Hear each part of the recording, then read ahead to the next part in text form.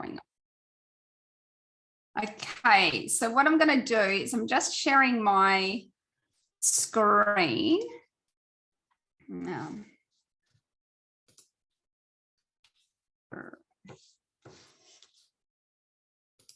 Okay, just move this across and present.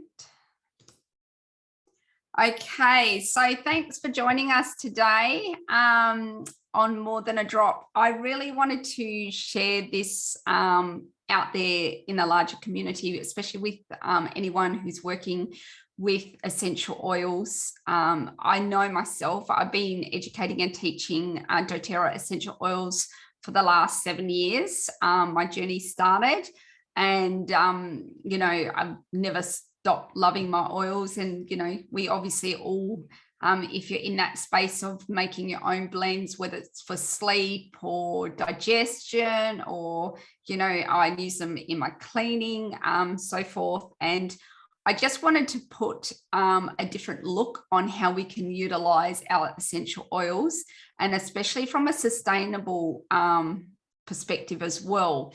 So I think that's the one thing with natural perfumery, because it has taught me, is more about sustainability. And yeah, when you see what I'm about to present, you'll see that it's slightly different how we formulate and utilize our essential oils to how we traditionally have been shown within another essential oil class, or since we got our essential oils. And I guess I wanted to let people into that bigger space. And I think it will really help people, especially if you happen to be a builder or a sharer of essential oils. There is room for you to actually do an essential oil class slightly, completely different than what you've done traditionally before. So I just explained, I'm Deb, and like how long I've been doing essential oils. I'm not too sure if any of you followed my Insta or my Facebook page. My business is Oily Graphics, and I've been basically started off essential oils educating, and then I went into actually designing, because I've got a background in sign writing, my own labels. And then I went into developing my own different formulations of, I call them my elixirs. And the reason I call them elixirs, because they're different to my natural perfumes. My elixirs are actually ones that are actually formulated the way that we typically know how, through aromatherapy. And then we've got my natural perfumes as well. Now, as a child, all I wanted to be was a perfumer, but I just thought that was going to be off the cards. One, I failed chemistry and science, full stop. And I just thought it was something that you had to go and study abroad. You had to be the nose, you know, it was such a cliche. And I think nowadays we all have the ability to be our own natural perfumers. This quote is why I'm doing and why I'm sharing in this space. The big thing that I'm wanting to really highlight is aromatherapy versus aromacology. And it is captured in this quote, or I felt something so intense, I could only express it in a perfume. Now, when we formulate and we craft perfumes, we don't do it based on wanting to replicate a fragrance. We don't do it in the sense of we might like citrus, or we might like wood notes. We never formulate our fragrances based on those principles. A true perfumer, and how you actually get trained as a perfumer, is on aromacology. And that basically is the art of recalling, capturing a moment, a memory, a feeling. So what we will show you in this presentation is the start of your formulation is the story. The story is, in essence, the perfume. And then your essential oils, or the resources or the tools that you use within that perfume, are the add-ons. So as again, one of the reasons I'm wanting to do more than a drop is got to do with sustainability. And I think this is absolutely vital. I recently did, back in November, this presentation. I was asked within a Young Living group. I am a doTERRA wellness advocate, fallen through, even though they tried to get me over. I did it for 80 people. And to me, especially in that space, I felt like, you know, you see so many Insta reels of people utilizing essential oils, whether they're showing what they're putting in their diffuser or, you know, dropping it into a vial. And once you've gone from the process of learning perfume making, you realize that the sustainability or the respect for that oil is kind of being mistreated. And what I mean by that is, if we look at, and this is where doTERRA is absolutely beautiful, I think, because they share videos of how they source and utilize the oil and how it's extracted and the story behind it. And, you know, if you look at Kabaiba, they basically go on this boat, go out to the, in South America, into this forest, you know, wet forestry. And it takes them quite a substantial amount of time to actually tap into that tree. And, you know, they only get a few drops and then they have to leave it. They've got to go away for 6 months before they can come back. And what they obtain within that time is minimal. And so when you see these reels of people just splashing in essential oils, they're really doing us and the plants especially a disservice, and especially the plants. And we're not showing gratitude or having that connection and really valuing that precious commodity. And maybe it could be the people who have actually created or farmed it or whatever. We're not giving enough respect in that space, I personally think. And so one thing I really highlight when I talk to people about diffusing essential oils, I really highlight using byproducts, you know, and what I'm meaning is, yes, we've got our Kabaiba, we've got our high-end oils, but why not use them more sustainably? Why not use those when they're essential or when they're actually needed? And when we're doing our diffusing, let's look at, you know, green mandarin, which is a byproduct, or furs, where especially Douglas fir is growing to a certain point. And the way that we've got this Douglas fir is they have to actually take off all those small first branches so it will grow. And so if we weren't utilizing that oil would basically just be mulched and left as a in the garbage, so to speak. So why not, let's start, when we're trying to use our essential oils for diffusing particularly, let's because that's the way we go over them more, why not use these oils that we know are literally a byproduct before we start utilizing the oils, which, like say rose, you know, you need so many leaves to be able to extract the oil from that. And I'm not saying never use those oils within your diffusing. I'm just saying start thinking about the sustainability and using some restraint, and use them as much, but just be more mindful how you're actually utilizing those oils.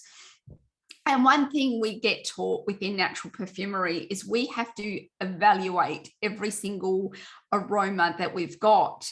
So you will spend weeks when you first start going through each oil and just spending a day, maybe a couple of days, seeing its aroma profile, understanding it, learning about it. And then it gives you a better appreciation of that oil, and you know, so much nurture goes into that, and it's an emotional experience as well.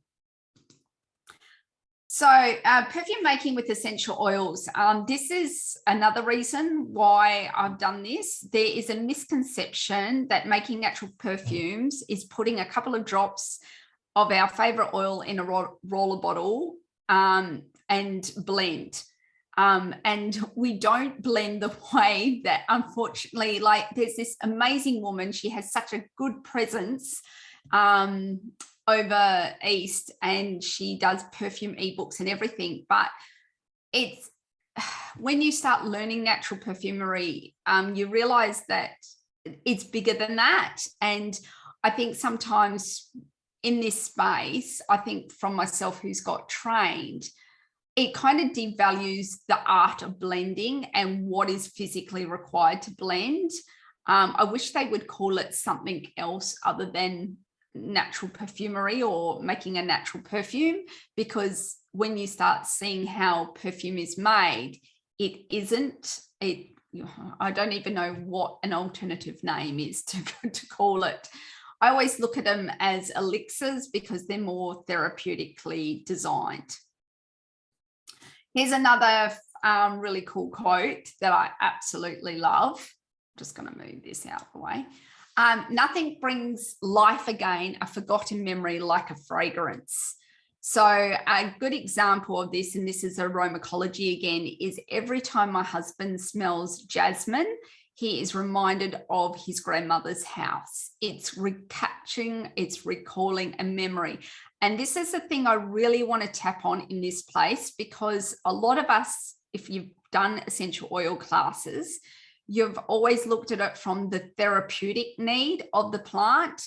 And I'm very big on the emotional need, because sometimes if we haven't worked out our emotional well-being, and that we can't really get the whole results for our physical well-being, because our emotions impact every organ of our body, and it does have a toll on, you know, the digestive system.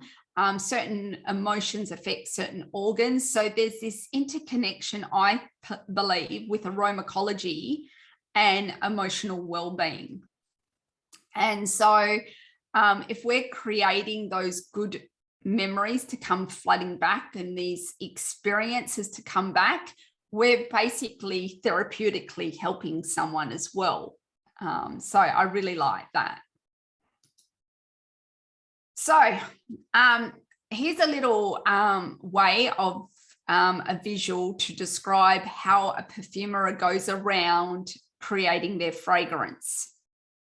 So if we're looking at the word scent, it's just written here. So this is going to be, in effect, a theme or the main message behind a perfume. So when I think of scent, or when you think of the word scent, as soon as you see that word, what thoughts, what colors, what textures, what images are coming to your mind when you see that word?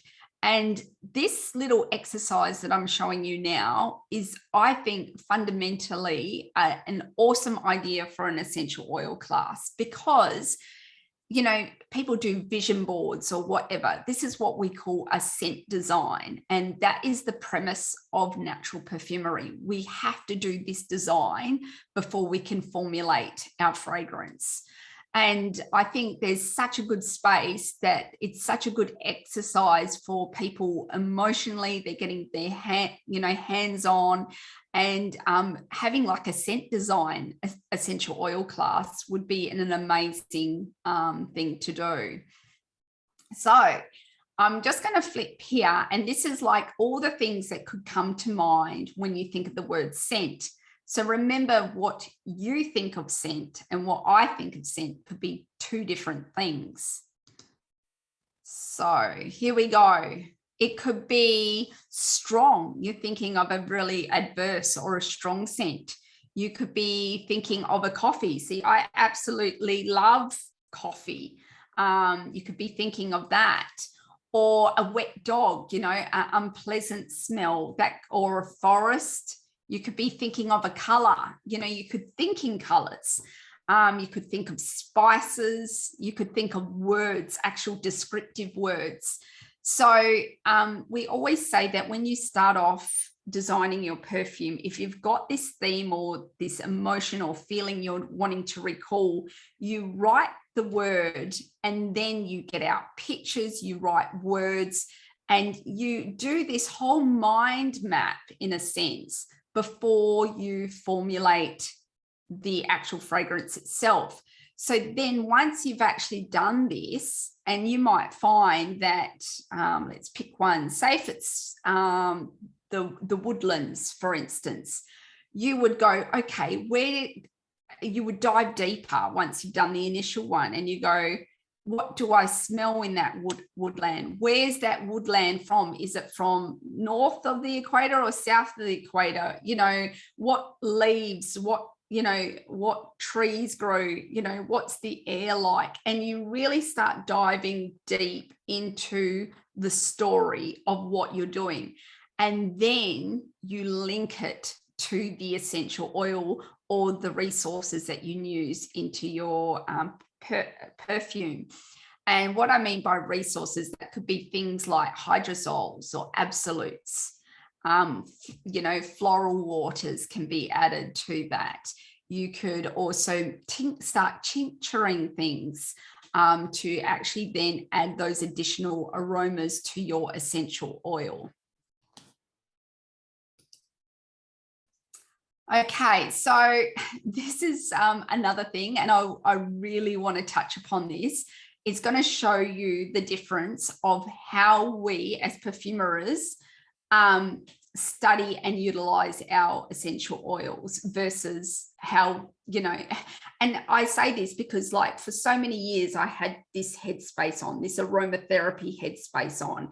And then when you take it to the next level, you'll see within this how sustainable and how much less wastage you will have with your oils, and what other experiences you never thought you would have with these oils. So the first thing that we get taught is to know your oils. You know, it's not a matter of just smelling it out of the bottle. You literally got to play around with it. And what I mean by playing around with it is we have what we call scent strips.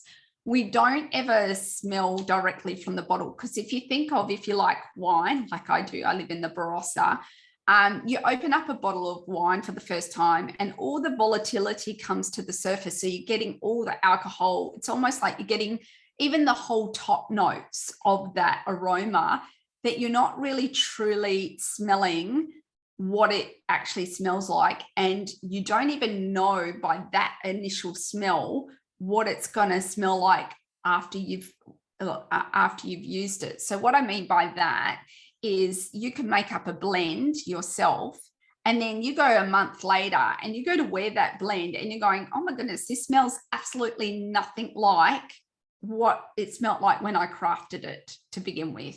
And I think this is a really valid point, especially if you're like me, who is actually selling a product. You need to show that consistency, and you need to know what it's going to smell like at that end stage, rather, you know, because if you're selling all these products and it smells nice at the beginning, but then a month later it smells different, it's going to not help your business too much. So we actually go and just get a bottle. We put some on a smelling strip. The reason being, obviously, other people's skin smell different. The way that it interacts chemically with the skin, where this is going to be consistent. We generally write on here the time that we actually put it on, because we go back and evaluate. So you might come back in 15 minutes, you might come back in an hour. And the reason we also do this is it helps us understand the volatility. So how quickly it will disperse the scent. So we will then know, and we also then, like I said, will know how it evolves as an aroma. The other thing that is essential, and I think this is to me, it was the biggest game changer of me making my blends, is we weigh everything. So I've got this like little mini scale and you can get them easy on Amazon and what have you. And you literally have to, no drops. We don't do drops, okay? Because drops, like if you think of vetiver and you think of lemon, lemon comes out really fast and really quick. vetiver comes out really slow. And sometimes because you've been holding it so long, it kind of does like a cluster. So you're not getting a true measurement and you cannot be consistent with the weight of that oil. And so what that means is one little 0.001 gram difference can change the whole profile of that aroma. That it means that if you're selling it, you're selling the aroma under the same name and they smell completely different. It can just alter a perfume so much. So what are these? Are like little vials, if I just show you. So I've had these sitting for ages because I'm wanting to see, I've got perfumer's alcohol in this. And the reason why we use this over witch hazel is witch hazel has a very distinctive scent. So it kind of almost adds to the aroma that you just simply can't get rid of. Also within these, the perfume or the perfumer's alcohol, it allows it to go clear. You will get cloudiness that will not shift if you use anything else other than perfumer's alcohol. You want to be able to source good quality perfume alcohol where it hasn't got any other additives or nasties. Unfortunately, I live in the Barossa, so behind us is a place that does all the bottling for all the wine, and then you can buy, you get a little license from the government. It's easy to do if you say that you're making it for perfumery, and you can buy direct from these places the off-waste byproduct. So it's 100% alcohol there. So that's just a tip. But the reason I'm asking you to do this, if you've never done it before, is how essential oil really opens up and blossoms is out of this world. It was the biggest game changer. Before that, I would just always be doing them in carrier oils. So fractionated was definitely my go-to. I've now gone to jojoba because I find that it doesn't go off as much, and especially if you're selling it. If you're not selling it, it's not really an issue, but I just find that fractionated after, like, say about 18 months, you can really smell the coconut. Like, there is a change that happens within the aroma.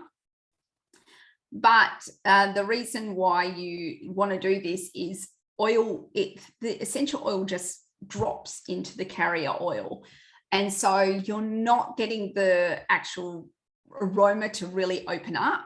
It doesn't open up at all, and that's like even smelling ylang and patchouli, or even coriander smells amazing in perfumer's alcohol and is used quite a bit in essential oil, not in too much, but just with a bit of poise there. We also like to record everything. So what that means is, these ones I know I haven't done, which was naughty. And I don't know if any of you are like me who have done previous blends in your vial, and then you forgot, you go, I'll go back and I'll put what I've put in that, and you only forget. We take it that one bit further. I'm going to just show you.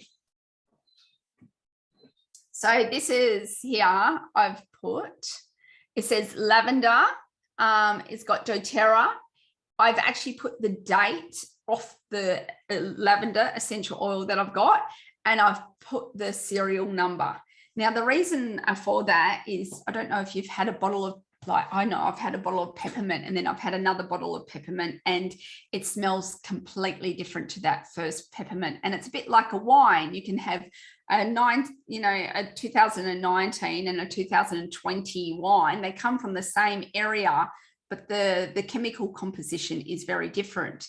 So if you're trying to sell something and replicate it, you really need to ensure that you've got the serial number, because that way, even if you've run out, you could probably ask someone if they've got that peppermint with that particular serial number, so that you can still keep making it to the same that you formerly did. So yeah, it's definitely good. And so when we weigh, because we're using a pipette and we're not using the drops, we're actually not having as much waste at all.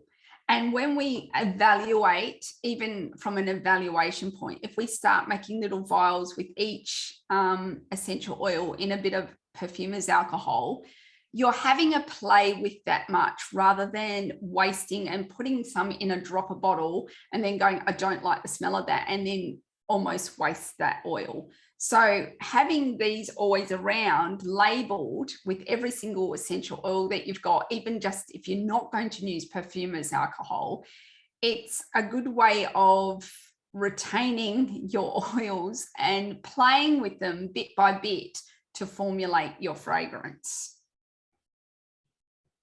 So now, structure. This is one thing I see so many people do, you know, the pyramid, top, middle, base note. That was done by Jean-Claude, the method. He was a perfumer at the time, and he felt like that there needed to be some structure to perfumery. However, this is more a real true representation of how our top, middle, and base notes go. So if you have a look here, obviously you start off with the top, and the reason it's called the top is it's the most high volatile. It's the thing that pops out at you. But as you're going along smelling it, all of a sudden you smell bits of the middle and bits of the base coming through at the same time. And then we predominantly smell the middle note, which is our heart. And then you still, as that tapers off, you're getting still bits of the top and predominantly more of the base through. And the reason why this is a good representation rather than the pyramid looks clunky. The pyramid, you know, you've got your top, and the way that the pyramid goes makes you think, well, once you've smelled the top, that's going to go. Once you smell the middle, that's going to go. Once you smell the base, that's going to go. And perfume doesn't work like that. You smell parts of the middle and parts of the base. So if you ever want to show anyone what top, middle, and base notes are like, to me, this is the best representation of that.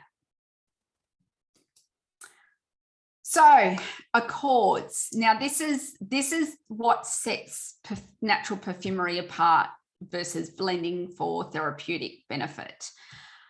And how do we create accords? The word also indicates mixture and compromise of the minimum of materials that are blended to create a single greater synergetic effect. So often when I see people blending on socials, they might get 3 oils. I'm just trying to think. Yeah, 3 oils into their vial, and they call that a perfume.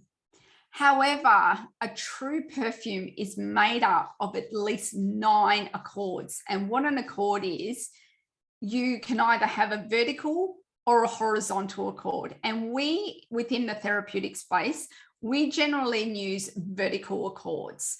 Okay, horizontal accords are more for the synthetic, where none of them have any volatile difference. They're kind of almost sitting at the same. And so you're blending them all out. Where a vertical accord is you're blending notes on different volatile. So you know how normally when people show little recipes, they show a top note, a middle note, and a base note. That would, to me, as a perfumer, be only 1 accord. So we generally have compromised at least 1 or 2 accords, and then they are synergized together to formulate 1 fragrance. How we even blend those 3 compartments, the top, middle, and base, is it's a process. It's like literally pipette drops, and the whole idea of you creating that synergy is you need to no longer smell it as, say, if we combined lemon, lime, and patchouli. This is just an example. If we were to put them in, we don't just drop a couple of drops of each and just be done with it. You have to do the same equal amounts drop by drop in there until you get the desired aroma that you want. And not only that you get the desired aroma that you want, that it no longer smells like a lemon, it no longer smells like a lime, it no longer smells like patchouli. You need to get it that it actually smells its own individual aroma. And that is truly what blending is. And so that's why I'm really passionate about sharing this, is because it's not a matter of 4 drops this, 3 drops this, 2 drops. That is clunky, and you will not get that beautiful flow or that synergy.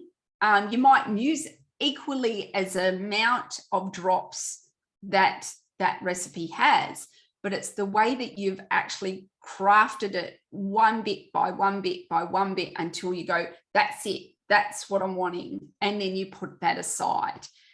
And then you might then have, you'll see on the other side, we add other things to it, so that if you've got one accord here and one accord here, you're going, great, how do I get this, you know, a heart accord, which might be made up of 3 hearts, and the top accord, how are we going to get them to connect and join without them being clunky? So this is the foundations of natural perfumery. We've basically got accords, which we spoke about, and they normally consist of 3 accords in the top, middle, and base.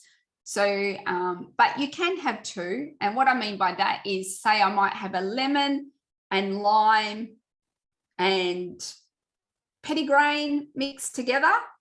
That could be 1 accord. And then I could have a mandarin, green mandarin, and petitgrain and something else. So it doesn't matter that I've got petitgrain in both. And then I've added those 2 together, and they become the one top note. I'm hoping I'm explaining that right. Takes a lot to learn this, but I'm just wanting to show the premise of, you know, the basis of it. Then we have fixatives. Now, fixatives are resinoids. So labdanum, myrrh, storax, benzoin, they are the things that kind of hold it, and that gives it that longevity, so that they don't just evaporate and they don't just go off our skin.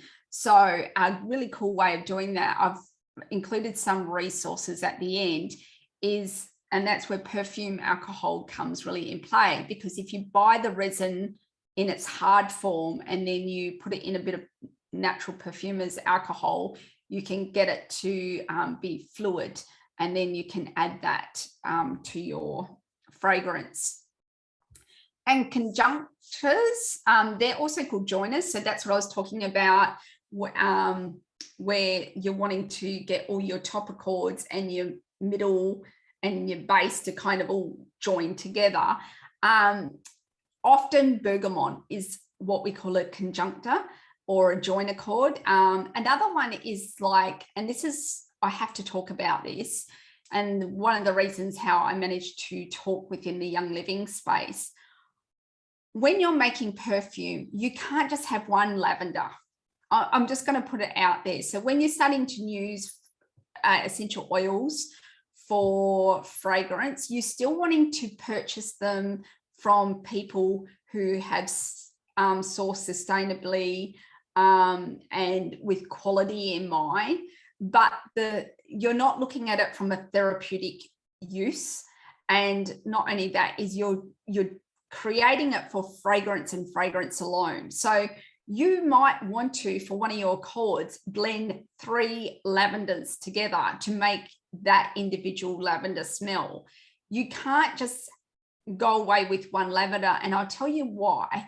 Because you've got lavenders that are grown in high altitude, and you've got lavenders grown in low altitude, and they smell so completely different on the nose that they could really do a lot in perfumery if you just join them together. Or a lavender absolute. And now obviously the process is different, but it's still natural. It's just the byproduct of, you know, distilling lavender. That is very green, very herbaceous, and it's used a lot within natural perfumery. So you would probably even add some of that to get those top notes, where lavender as a whole is either a middle note, more middle base note. So when I'm looking at, when I started doing more the natural perfumery side, I had to expand my essential oils. I couldn't just have one lavender and one rose, etc. So there's what do you call it? Goldenrod. It's very hay-like, and any kind of fragrance that's hay-like in smell, like so your chamomile or whatever, they would be really good conjunctors because they kind of got that hay consistency that they could blend your middle and your top note together. So the formulation generally is top, middle, base, as you normally traditionally know the percentages. However, you don't have to have that. That is a guideline of preference. So you might be bottom heavy rather than, you know, top heavy. That's fine. This is just like a guide. Okay, so I've just shown here, and you've probably seen this around socials, of perfume notes. This is a thing that goes around a lot as far as when people want to make natural perfumes. They look at top, middle, and base notes. But as a perfumer, we look at it in groups. We look at it as in our citrus class, our floral class, our greens, our woods, our spices, and our sweet, and our orientals. So we look at more different types of groups, because some of these groups, citrus, you could have a citrus and a green, and they still are, they're descriptive words, especially when you're writing your description to describe your perfume. You don't want to say top, middle, base. You would want to say it's got a citrus profile or a green profile, or things like that. So this is just giving you a little bit of an outline of what we actually utilize within natural perfumery. Obviously, we use our essential oils. And I've touched upon that we would prefer using perfumer's alcohol. We use distilled water. We even make that a combination of floral waters with the distilled to give it, and especially it's really good. Rose is so hard to source. And I'm just going to touch upon here that when you start selling your own natural fragrance or therapeutic blends, one thing I never knew until I started doing natural perfumery, when it comes to ylang particularly and jasmine, there are legal requirements that you cannot go over a certain amount in your actual sold item, or else it's illegal. If you get, you know, your product tested, you could be fined significantly. Like, there is actual limits to what you can utilize. So often a lot of people put in a lot of jasmine and heart as jasmine and ylang as the heart. You've got to be really careful as to the ratio of that within your fragrance. I've talked about absolutes being, we look at natural isolates are just coming out and they're really emerging. And then I haven't played around with them yet, and I'm keen to, because what they are naturally acquired. They're just separated molecules, but they are going to give you your hay, your sand, your air notes, where before people were using synthetics to do that. And then resins and powders, they're the fixatives. So you either get frankincense powder, myrrh powder, all those in either resin or powder. And then you've basically got to break it down into a perfumer's alcohol to make it viable to your fragrance. And then tincturing. So people were trying to get other aromas in. There's an amazing woman on Instagram I always love following, because she's a bit like me. She's a lover of wine, and she's a sommelier by trade. And then she's gone into perfumery, and she tinctures truffles. You know, she shows 2 glasses of red, and one is her perfume and one is a drink, and it's based upon a perfume, like a wine. And the more I've learned within being in the Barossa, the process of making perfumery is very similar to wine making. And so you generally see that overlap happening there. So tinctures is definitely on my radar of list to do, because I think that's pretty awesome that we can incorporate that ourselves. And tinctures, if you've ever looked at herb books, they last indefinitely. So that's really cool. And then obviously for most of you, you'll be using carrier oils. And I have actually mentioned that I prefer to use jojoba over fractionated, because it will get that sour smell, the coconut, if you're not using it. When we dilute in our,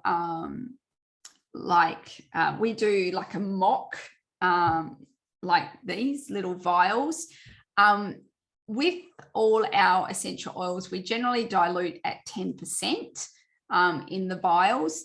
Only when if you're sourcing like things like violet leaf or oak moss or ylang, or things that are really quite strong, especially your absolutes and your different types of rose that you can get online, you do want to probably dilute them at 1% and have a play around. But traditionally we dilute at 10%.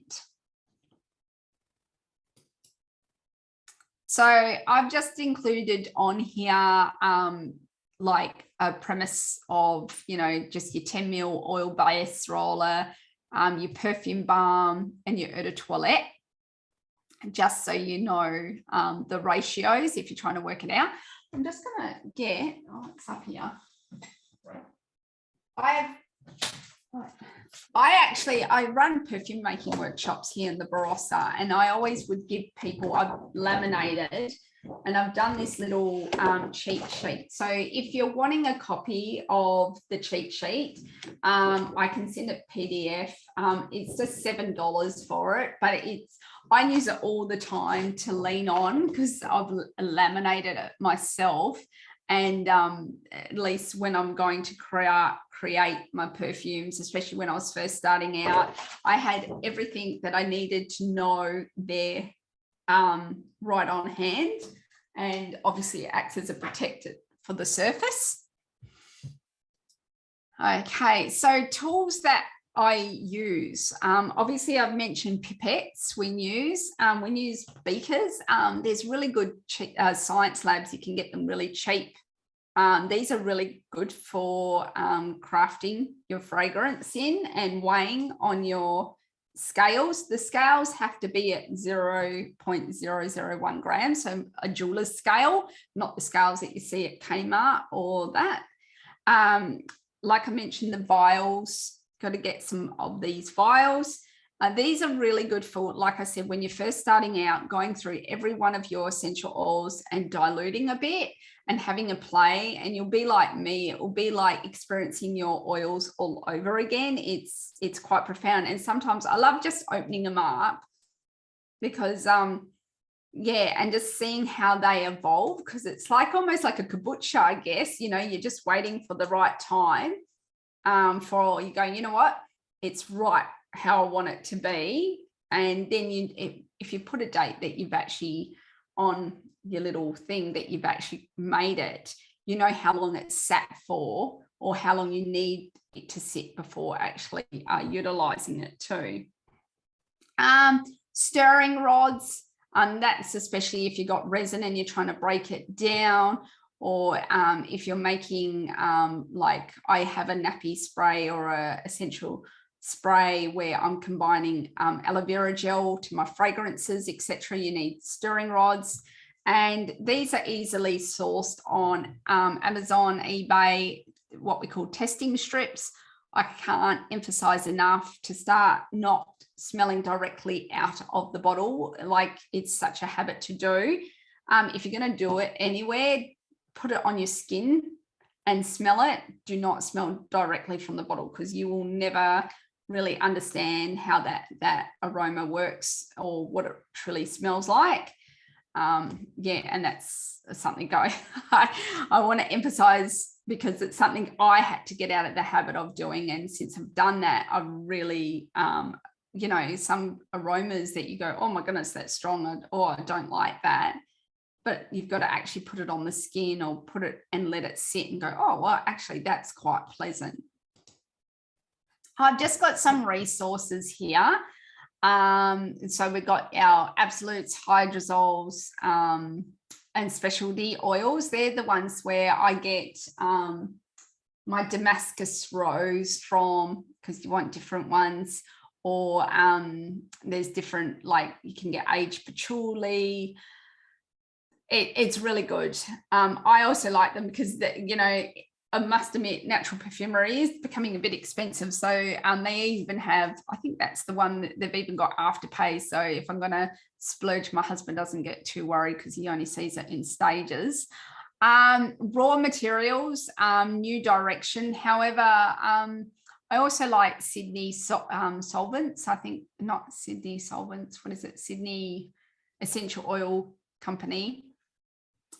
Here, there's a girl who sells the nice perfume bottles. She lives up in the Riverland, pick a luxury glass. So if you haven't got a place where you're already getting those nice little perfume bottles.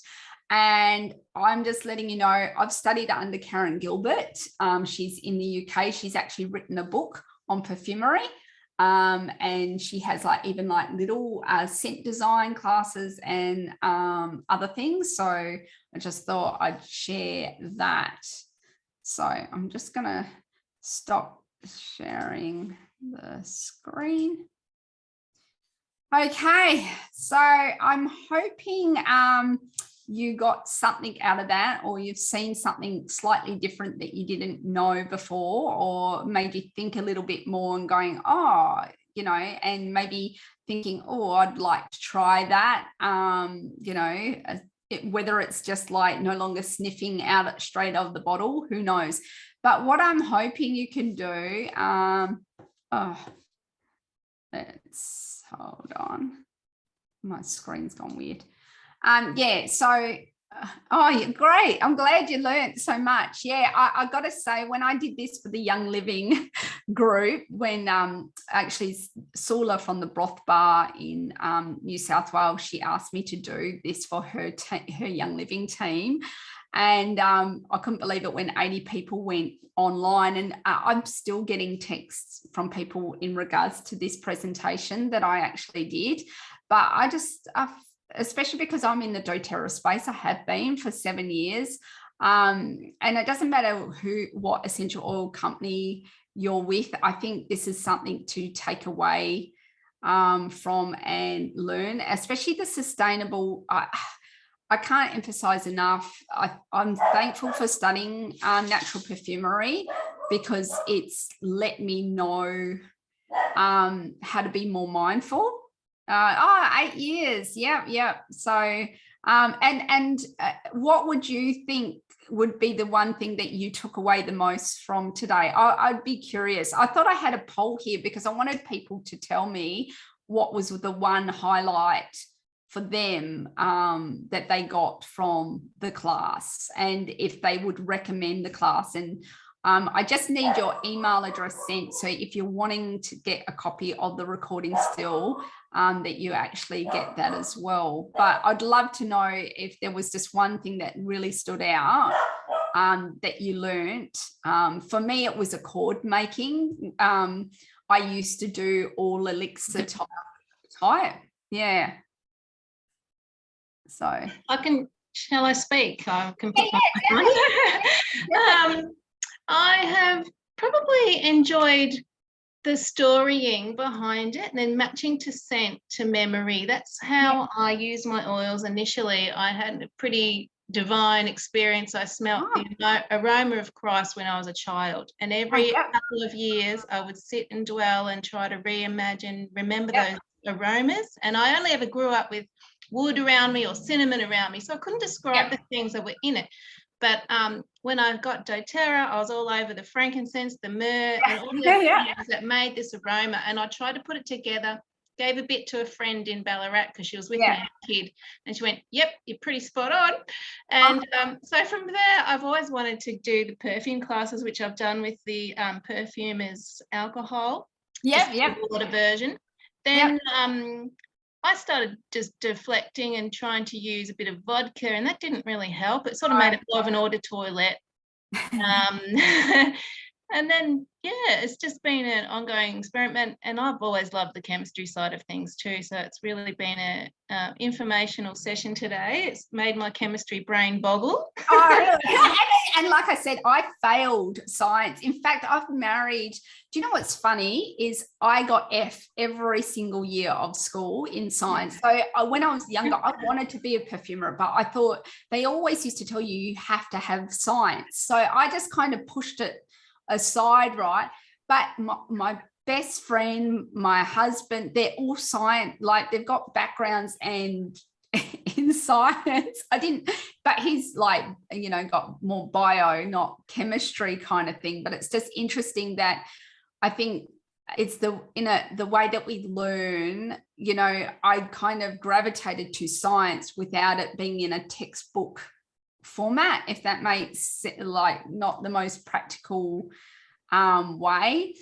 But I actually, for me, the biggest game changer was like doing the chords and the blending, because I used to be the drop person. I used to be the person that would put 3 drops, 4 drops, 3, and instead of just doing one bit of each one by one to then and smelling it as you're going and going, that's it, that's right.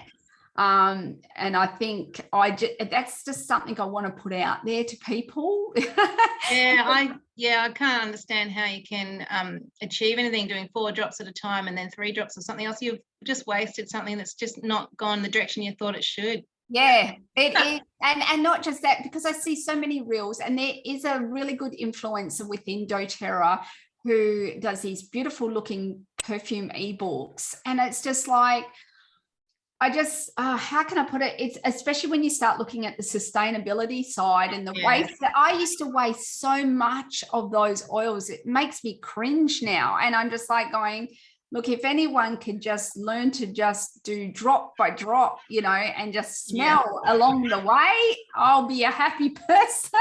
Yeah, I think that's the key. Do it slowly and 1 drop at a time. Yeah. So thanks for joining us today. There's heaps that said that they're going to watch the recording back. Yeah, I'll keep the recording myself. I'll probably buy the PDF.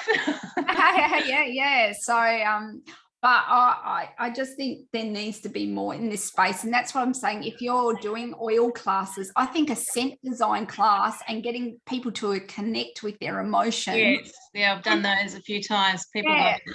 Yeah, so I think that's to me a big plus, as far as then people then when I've done those scent designs, it's redrawn out some memories that they had subconsciously suppressed, if that makes sense. Yeah. And all sorts of things. Yeah, and their creativity and their flow, so. Yeah, no, I love that part of sharing oils with people. I do it at a market years and years ago. People just come across and make their own blend as to how they were feeling or what they thought they wanted. And I'd do the drops one by one, get them to keep sniff testing and put it in some SEO at the time. So it was pretty much a scent bar. Now, when you talked about the light on their face, when you talked about your fragrance, have you do you use Cistus a lot? Because to me, Cistus is exactly what you represented. The Rose of Sharon. No, it was more. It comes out of late Exodus. There's a description of everything that's in it. There's cassia, cinnamon, frankincense, myrrh. Oh no, maybe not cinnamon. I haven't checked it lately. It's been, years since I put it together. And it's a question. Because Cistus to me is like, because that's the Rose of Sharon. That's another fragrance in the Bible, and people will experience that aroma as well, smelling the Rose of Sharon, whereas the one I had when I was a kid was not Rose of Sharon. Okay, no, but when you smell it, because I've made a blend called Destiny, Oh, It's, yeah. and it's kind of got that old world. It's like you're transported to another era, another time. It's quite remarkable. So I don't know if you got any of the limited ancient oils, but it's definitely one to get. Pardon? How do you spell cistern? It's Cistus. Oh, It was part of that little. It's also known as. It's got another name. I don't know if labdamen is another name for it as well. I'll double check and I'll. Yeah, labdamen is one in the list. Yeah. So yeah. So it's in a it came in that wood box from doTERRA, the limited. Oh, the ancient oils. Yeah. I'll show you. Oh, I'll show you. Hold on.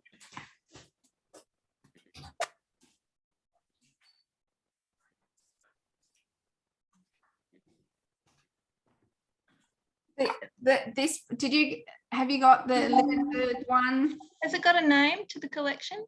It's the ancient oils. Yeah, I have it. I didn't unwrap it. Oh, really? Oh my goodness, these oils are amazing. Like the hyssop, I use hyssop in that, and you got common myrtle. Right, that's it. I'm all over it this weekend. And especially for your perfumery, like the gorbanon. Now, gorbanon is the hay note that I described that kind of joins different ones together. But definitely the cistus, you absolutely, just when I heard your story, I just thought you've got to, needed, I didn't know at the time what labdanum was, and I had to kind of guess. Yeah.